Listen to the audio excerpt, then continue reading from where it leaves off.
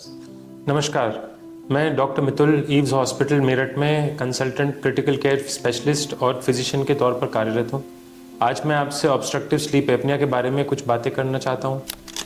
यदि आपको रात में खर्राटे आते हैं, फिर दिन में थकान महसूस होती है, या सोते सोते एकदम से उठ जाते हैं, जैसे एकदम से खर्राटे ऐसे आ रहे हैं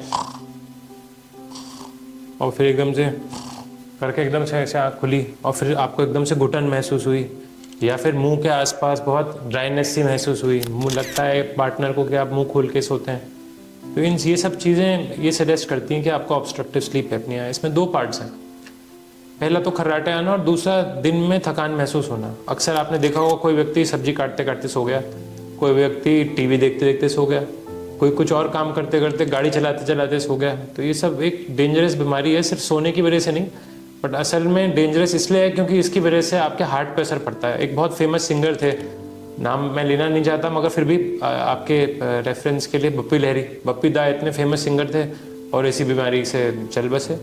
इससे हार्ट के राइट साइड के ऊपर बहुत गलत असर पड़ता है। असल में हम सोचते हैं कि हम चैन की नींद सोते हैं और हमें खर्राटे आते हैं, बट सबसे बेचैनी की नींद जो होती है वो खर्राटे वाली होती है।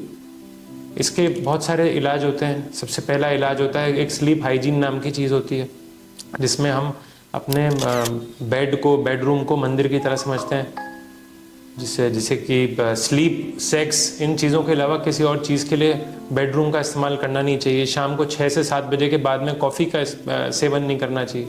दोपहर में कम से कम सोएं। रात में 8-9 बजे के बाद में टेलीविज़न ना देखें।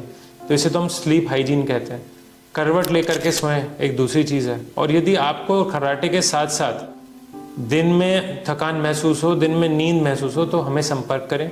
हम आपका एक पॉलीसोमनोग्राफी टेस्ट कराएंगे और अगर उसमें भी कुछ रिक्वायरमेंट होती है तो सीपैप नाम का एक डिवाइस होता है, जिससे आपकी तबीयत में सुधार ज़रूर आ सकता है। और आशा करता हूँ कि ये सारी की सारी इन्फॉर्मेशन आपके लिए फ़ायदेमंद होगी।